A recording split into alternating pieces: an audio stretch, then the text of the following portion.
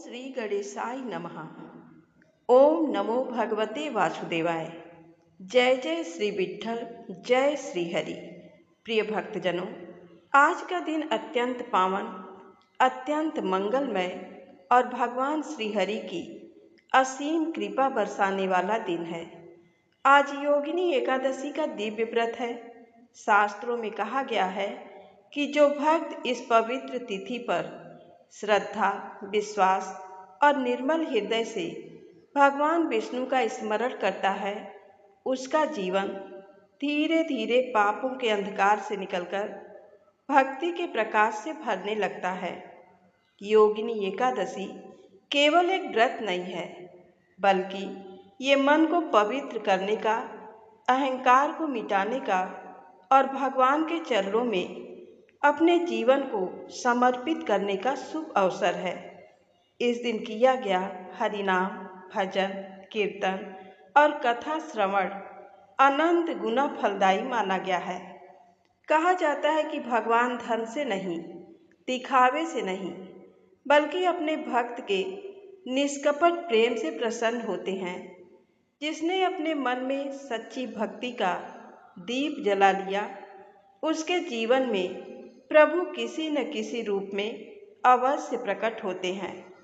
इसीलिए योगिनी एकादशी की पावन व्रत कथा सुनने से पहले आइए सुनते हैं भगवान विठ्ठल के ऐसे महान भक्त की सत्य एवं प्रेरणादायक कथा, जिनकी निष्काम सेवा और सरल भक्ति से प्रसन्न होकर स्वयं भगवान को अपने भक्त की लाज रखने के लिए धरती पर आना पड़ा।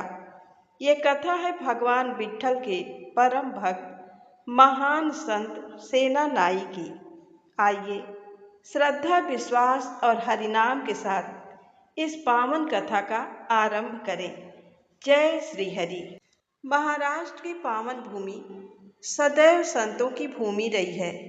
यही वह धरती है जहाँ संत ज्ञानेश्वर, संत नामदेव, संत चोखा मेला, संत जनाबाई, संत गोरा कुंभार और अनेक संतों ने अपने प्रेम और भक्ति से भगवान विठ्ठल को बार बार धरती पर आने के लिए विवश कर दिया। इन्हीं संतों की पावन परंपरा में एक महान भक्त हुए संत सेनानाई। वे जन्म से नाई थे। लोगों के बाल बनाना, दाढ़ी बनाना और राज दरबार में सेवा करना ही उनका व्यवसाय था। उनका जीवन बहुत साधारण था। ना कोई बड़ा घर, ना धन संपत्ति, ना कोई अभिमान। यदि उनके पास कोई सबसे बड़ा धन था तो वह था भगवान विठ्ठल का नाम। प्रातःकाल सूर्योदय से पहले ही सेनानाई उठ जाते, स्नान कर अपने छोटे से पूजा स्थान में दीप जलाते और दोनों हाथ जोड़कर कहते, हे पांडुरंग, आज भी ऐसा जीवन देना कि मेरे कारण किसी का मन ना दुखे। मेरी वाणी से आपका नाम निकले और मेरे हाथों से केवल सेवा हो। इसके बाद वे प्रेम से हरि नाम गाने लगते। जय जय राम कृष्ण हरि, जय जय विठ्ठल पांडुरंग हरि। कहते हैं जब वे भजन गाते थे तो उनकी आंखों से प्रेमाश्रु अपने आप बहने लगते थे। पड़ोसी कहते, देखो सेना फिर रो रहे हैं। लेकिन वे आंसू दुख के नहीं थे, वे भगवान के प्रेम के आंसू थे। उनका एक नियम था, जब तक किसी साधु या अतिथि की सेवा न कर लें तब तक स्वयं भोजन नहीं करते थे। यदि कोई संत उनके द्वार पर आ जाता तो सेनानाई का हृदय खिल उठता। वे दौड़कर उनके चरण धोते, बैठने के लिए आसन बिछाते और जितना घर में होता प्रेम से परोस देते। उनकी पत्नी भी बड़ी धर्मपरायण थी। घर में कभी अन्न कम होता तो भी वह मुस्कुराकर कहती, पहले संतों को भोजन कराइए, विठ्ठल हमारे लिए भी व्यवस्था कर देंगे। सेनानाई उत्तर देते, जहाँ संतों का सम्मान होता है वहाँ स्वयं भगवान निवास करते हैं। समय बीतता गया। सेनानाई की भक्ति की चर्चा धीरे धीरे दूर दूर तक फैलने लगी। लोग कहते, यदि सच्ची विनम्रता देखनी हो तो सेना नाई के घर जाओ। यदि सच्ची सेवा देखनी हो तो सेना नाई के पास बैठो। परंतु सेना नाई को अपनी किसी प्रसिद्धि का अभिमान नहीं था। वे कहते, मैं कौन हूँ, सब कुछ तो विट्ठल ही है। उधर जिस राज्य में वे रहते थे वहाँ का राजा भी उनके कौशल से परिचित था। जब भी राजमहल में विशेष अवसर होता सेना नाई को बुलाया जाता। वे पूरी निष्ठा से अपना काम करते, लेकिन मन ही मन हर समय भगवान का नाम जपते रहते। एक दिन प्रातःकाल सेना नाई अपने घर में भजन कर रहे थे। उसी समय कुछ थके हुए संत उनकी कुटिया पर पहुँचे। सेना नाई ने जैसे ही उन्हें देखा, उनका चेहरा प्रसन्नता से खिल उठा। उन्होंने तुरंत उनके चरणों में दंडवत प्रणाम किया और कहा, आज तो मेरा घर धन्य हो गया। आइए महाराज, ये कुटिया आपकी ही है। संतों ने प्रेम से आशीर्वाद दिया। सेना नाई ने उनके पैर धोए, बैठने का स्थान दिया और अपनी पत्नी से कहा, आज जो कुछ भी घर में है सब संतों के लिए बना दो। पत्नी मुस्कुराई। घर में अन्न बहुत थोड़ा था, फिर भी उसने बिना किसी चिंता के रसोई में काम शुरू कर दिया। उसी समय राजमहल से एक सैनिक घोड़े पर बैठा हुआ तेजी से वहां पहुंचा। उसने ऊंची आवाज में कहा, क्या सेना नाई यहीं रहते हैं? महाराज ने तुरंत राजमहल बुलाया है, आज विलंब नहीं होना चाहिए। सैनिक की आवाज सुनकर गांव के लोग भी इकट्ठा हो गए। सेना नाई ने सैनिक का आदर किया और विनम्र स्वर में कहा, भाई, महाराज की सेवा मेरा कर्तव्य है, किंतु इस समय मेरे द्वार पर संत पधारे हैं। मुझे पहले इनकी सेवा पूरी कर लेने दो, उसके बाद मैं तुरंत राजमहल आ जाऊंगा। सैनिक ने कठोर स्वर में कहा, राजा की आज्ञा टाली नहीं जाती, यदि देर हुई तो दंड मिलेगा। सैनिक राजा का संदेश सुनाकर चला गया, परंतु उसके जाते ही सेना नाई के मन में कोई भय नहीं था। उनके हृदय में केवल एक ही विचार था, आज मेरे आंगन में भगवान के संत पधारे हैं। यदि मैं इन्हें छोड़कर चला गया तो मेरी भक्ति किस काम की। उन्होंने हाथ जोड़कर मन ही मन भगवान विट्ठल से प्रार्थना की, हे पांडुरंग, मैं राजा की आज्ञा का अपमान नहीं करना चाहता, परंतु आपके संतों की सेवा छोड़कर भी नहीं जा सकता। मैं तो असहाय हूँ, अब मेरी लाज आपके ही हाथ में है। इतना कहकर सेना नाई ने अपनी चिंता प्रभु के चरणों में छोड़ दी और पूरे प्रेम से संतों की सेवा में लग गए।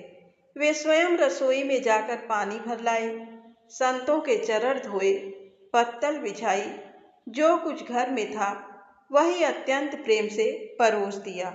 संत भोजन कर रहे थे और सेना नाई उनके सामने हाथ जोड़कर खड़े थे। उनके चेहरे पर ऐसी प्रसन्नता थी मानो स्वयं भगवान उनके घर पधार गए हों। उधर राजमहल में समय बीतता जा रहा था। राजा विशेष राजकीय समारोह की तैयारी में था। उसने कई बार पूछा, सेना नाई आए या नहीं?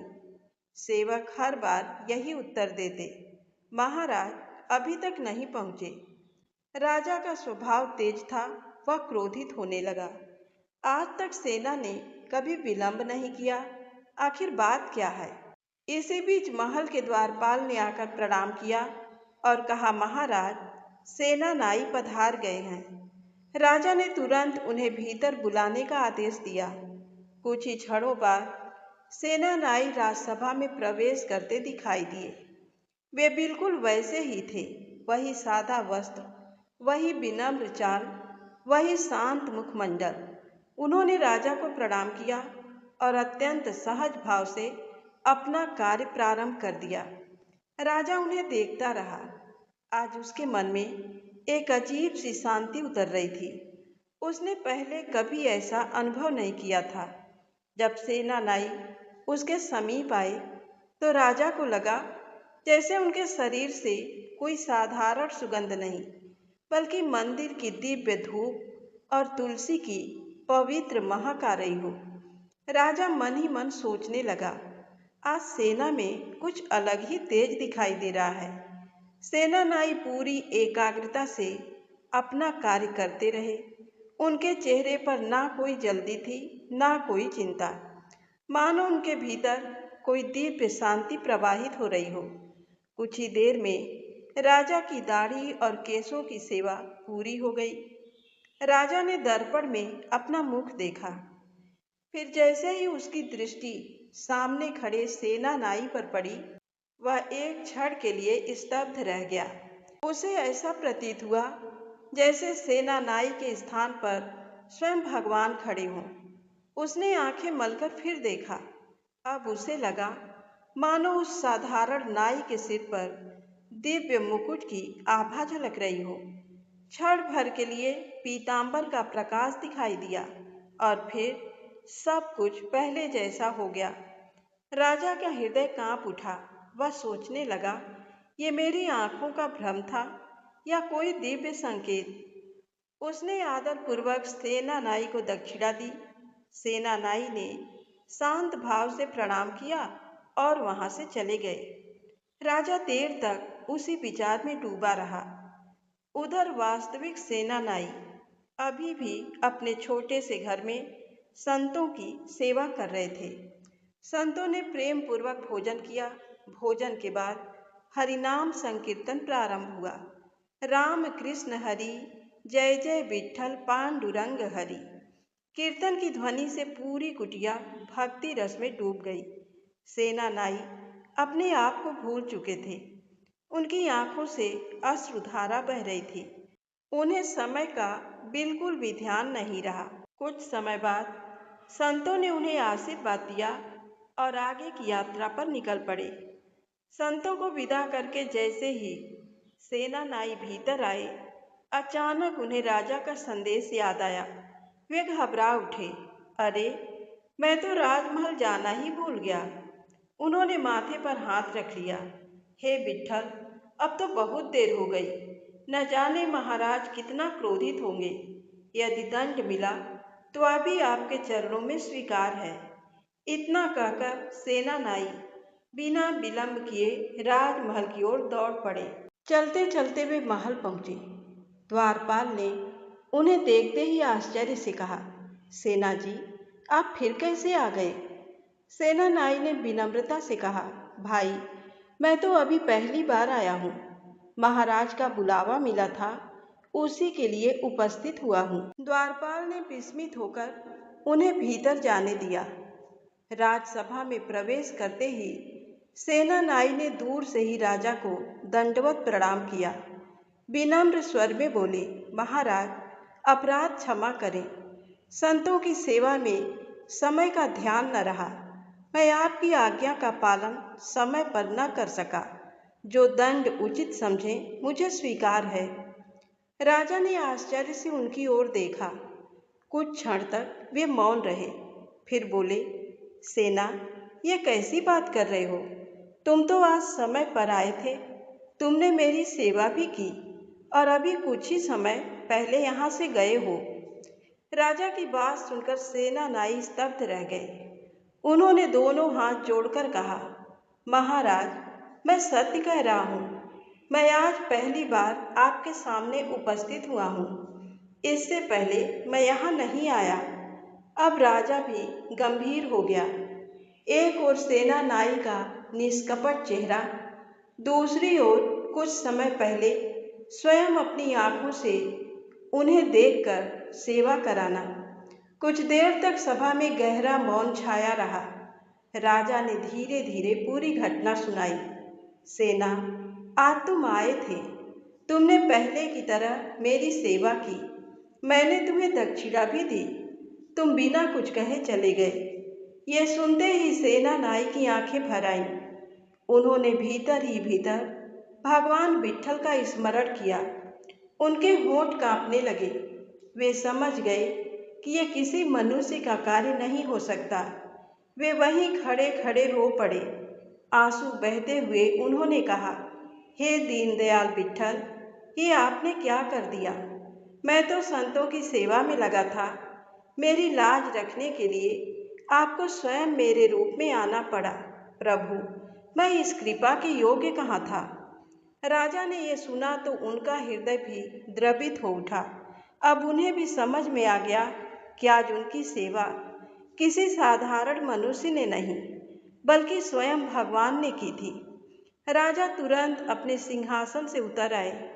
उन्होंने सेना नाई के चरण पकड़ लिए। आंखों से आंसू बहने लगे।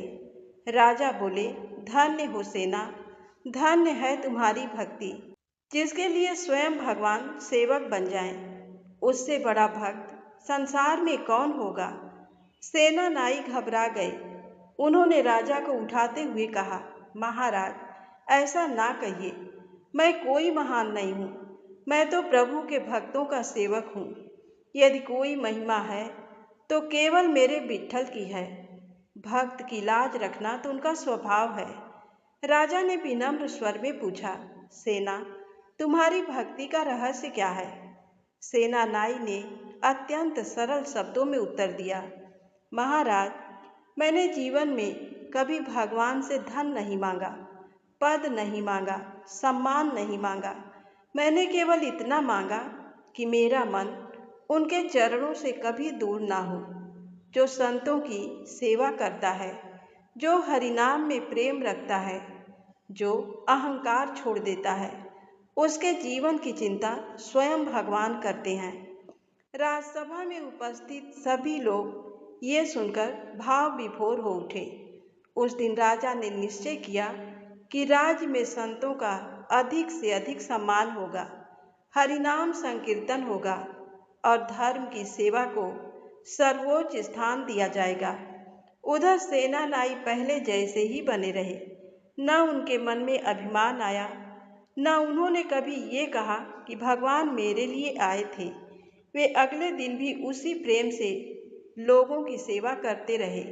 सुबह उठकर वही हरिनाम, संत आए तो वही चरण सेवा, गरीब मिले तो वही विनम्रता, और मन में हर समय केवल एक ही नाम, जय जय राम कृष्ण हरि, जय जय विठ्ठल पांडुरंग हरि। तो भक्तों, यही संतों की सबसे बड़ी पहचान होती है। सच्चा भक्त चमत्कारों से बड़ा नहीं बनता, बल्कि अपनी विनम्रता से बड़ा बनता है। भगवान उसके पीछे इसलिए नहीं चलते कि वह प्रसिद्ध है, बल्कि इसलिए कि उसके हृदय में छल, कपट और अहंकार नहीं होता। संत सेना नाई की ये अमर कथा हमें सिखाती है कि भगवान को हमारे धन, वैभव या ऊंचे पद की आवश्यकता नहीं है। उन्हें चाहिए केवल निर्मल हृदय, सच्ची सेवा और अटूट विश्वास। और जब भक्त अपना सब कुछ प्रभु पर छोड़ देता है, तब प्रभु भी उसके लिए वह कर देते हैं जिसकी संसार कल्पना भी नहीं कर सकता। इसीलिए संतों ने कहा है, जो अपने जीवन का भार भगवान पर छोड़ देता है, उसके जीवन का भार भगवान स्वयं उठा लेते हैं। तो आइए योगिनी एकादशी के इस पावन अवसर पर हम सब भी भगवान श्री हरि से यही प्रार्थना करें, हे विठ्ठल, हमें भी संत सेना नाई जैसी सरलता दीजिए, सेवा का भाव दीजिए, हरि नाम में प्रेम दीजिए और ऐसा विश्वास दीजिए कि जीवन के हर सुख दुख में हम आपके चरणों का आश्रय कभी न छोड़ें। तो प्रिय भक्तजनों, अब आइए आंखें बंद करके श्रद्धा भाव से प्रभु को अपने हृदय में विराजमान करके उनके नाम का संकीर्तन करते हैं। उसके बाद सुनते हैं योगिनी एकादशी की पौराणिक कथा। जय जय राम कृष्ण हरि, जय जय विठ्ठल पांडुरंग हरि, जय जय राम कृष्ण हरि, जय जय विठ्ठल पांडुरंग हरि, जय जय राम कृष्ण हरि, जय जय विठ्ठल पांडुरंग हरि, जय जय राम कृष्ण हरि, जय जय विठ्ठल पांडुरंग हरि, जय जय राम कृष्ण हरि, जय जय विठ्ठल पांडुरंग हरि। आइए सुनते हैं योगिनी एकादशी व्रत की पौराणिक कथा। एक बार धर्मराज युधिष्ठिर ने भगवान श्री कृष्ण से कहा, हे त्रिलोकीनाथ, आप कृपा करके आषाढ़ माह के कृष्ण पक्ष की एकादशी की कथा सुनाइए। इस एकादशी का नाम तथा महात्म क्या है, सो आप मुझे विस्तार पूर्वक बताएं। श्री कृष्ण ने कहा, हे पांडुपुत्र, आषाढ़ माह के कृष्ण पक्ष की एकादशी का नाम योगिनी एकादशी है। इसके व्रत से सभी पाप नष्ट हो जाते हैं। ये व्रत इस लोक में भोग तथा परलोक में मुक्ति देने वाला है। हे धर्मराज, ये एकादशी तीनों लोकों में प्रसिद्ध है। इसके व्रत से सभी पाप नष्ट हो जाते हैं। तुम्हें मैं पुराण में कही हुई कथा सुनाता हूँ, ध्यान पूर्वक श्रवण करो। कुबेर नाम का एक राजा अलकापुरी नाम की नगरी में राज्य करता था। वह शिव भक्त था। उनका हेम माली नामक एक यक्ष सेवक था, जो पूजा के लिए फूल लाया करता था। हेम माली की विशालाक्षी नाम की अति सुंदर स्त्री थी। एक दिन वह मान सरोवर से पुष्प लेकर आया, किंतु कामासक्त होने के कारण पुष्पों को रखकर अपनी स्त्री के साथ रमण करने लगा। इस भोग विलास में दोपहर हो गई। हेममाली की राह देखते देखते जब राजा कुबेर को दोपहर हो गई, तो उसने क्रोध पूर्वक अपने सेवकों को आज्ञा दी कि तुम लोग जाकर पता लगाओ कि हेममाली अभी तक पुष्प लेकर क्यों नहीं आया। जब सेवकों ने उसका पता लगा लिया, तो राजा के पास जाकर बताया, हे राजन, वह हेममाली अपनी स्त्री के साथ रमण कर रहा है। इस बात को सुन राजा कुबेर ने हेममाली को बुलाने की आज्ञा दी। डर से कांपता हुआ हेममाली राजा के सामने उपस्थित हुआ। उसे देखकर कुबेर को अत्यंत क्रोध आया और उसके होंठ फड़फड़ाने लगे। राजा ने कहा, अरे अधम, तूने मेरे परम पूजनी, देवों के भी देव भगवान शिव जी का अपमान किया है। मैं तुझे श्राप देता हूँ कि तू स्त्री के वियोग में तड़पे और मृत्यु लोक में जाकर कोढ़ी का जीवन व्यतीत करे। कुबेर के श्राप से वह उसी क्षण स्वर्ग से पृथ्वी पर आ गिरा और कोढ़ी हो गया। उसकी स्त्री भी उससे बिछड़ गई। मृत्यु लोक में आकर उसने अनेक भयंकर कष्ट भोगे, किंतु शिव की कृपा से उसकी बुद्धि मलिन न हुई और उसे पूर्व जन्म की भी सुध रही। अनेकों कष्टों को भोगता हुआ तथा अपने पूर्व जन्म के कुकर्मों को याद करता हुआ वह हिमालय पर्वत की तरफ चल पड़ा। चलते चलते वह मार्कंडेय ऋषि के आश्रम में जा पहुंचा। वह ऋषि अत्यंत वृद्ध तपस्वी थे। वह दूसरे ब्रह्मा के समान प्रतीत हो रहे थे और उनका वह आश्रम ब्रह्मा की सभा के समान शोभा दे रहा था। ऋषि को देखकर हेममाली वहां गया और उन्हें प्रणाम करके उनके चरणों में गिर पड़ा। हेममाली को देखकर मार्कंडेय ऋषि ने कहा, तूने कौन से निकृष्ट कर्म किए हैं जिससे तू कोढ़ी हुआ और भयानक कष्ट भोग रहा है। महर्षि की बात सुनकर हेममाली बोला, हे मुनिश्रेष्ठ, मैं राजा कुबेर का अनुचर था। मेरा नाम हेममाली है।